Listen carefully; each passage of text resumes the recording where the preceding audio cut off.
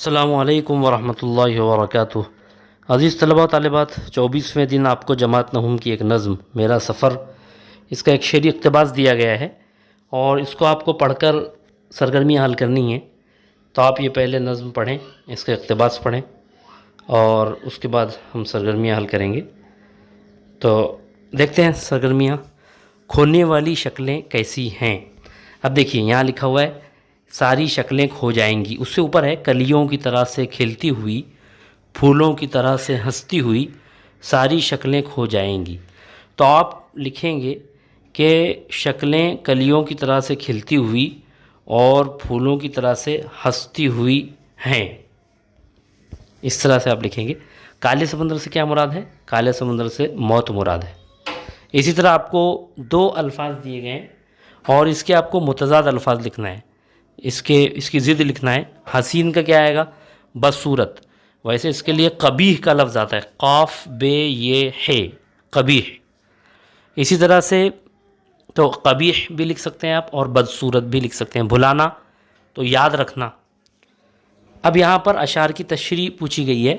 پھر ایک دن ایسا آئے گا ایک کالے سمندر کی تہ میں، ساری شکلیں کھو جائیں گی، سب راگنیاں سو جائیں گی۔ تو اس میں آپ لکھیں گے نہوم جماعت کی درسی کتاب میں موجود ہے جس کا نام میرا سفر ہے اور اس کے شاعر علی سردار جعفری ہیں۔ اس میں وہ کہتے ہیں کہ ایک دن ایسا آئے گا کہ یہ جتنی بھی شکلیں دکھائی دے رہی ہیں جو کلیوں کی طرح سے کھلتی ہوئی ہیں، پھولوں کی طرح سے ہنستی ہوئی ہیں، یہ تمام شکلیں کھو جائیں گی اور یہ جتنے بھی گیت نغمے یہ سب جو ہے یہ سو جائیں گے، یعنی یہ سب ختم ہو جائیں گے۔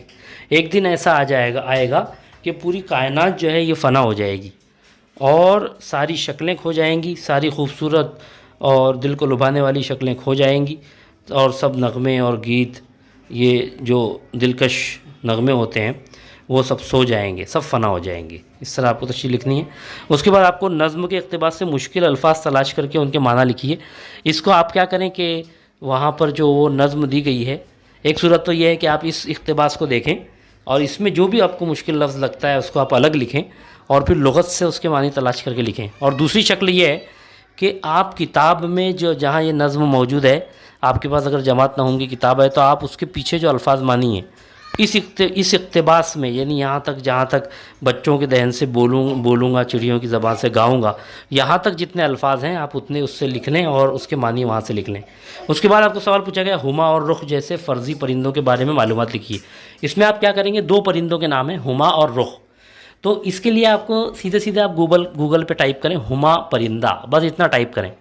آپ کے سامنے بہت سی سائٹس اوپن ہوں گی اور اس میں بہت سی معلومات آپ کو ملے گی۔ وہ معلومات آپ ہما پرندہ لکھیں اور اس کے تحت میں آپ اپنی کاپی میں جہاں پر آپ یہ سرگرمیاں حل کر رہے ہیں وہاں پر ہما پرندے کی معلومات لکھ لیجئے۔ اسی طرح پھر آپ رخ پرندہ لکھیے، تو رخ پرندے کے بارے میں بھی آپ کو بہت سی معلومات ملے گی۔ تو اس طرح آج کی سرگرمی آپ کو حل کرنی ہے۔ امید آپ کو سمجھ میں آئی ہوں گی۔ السلام علیکم ورحمۃ اللہ۔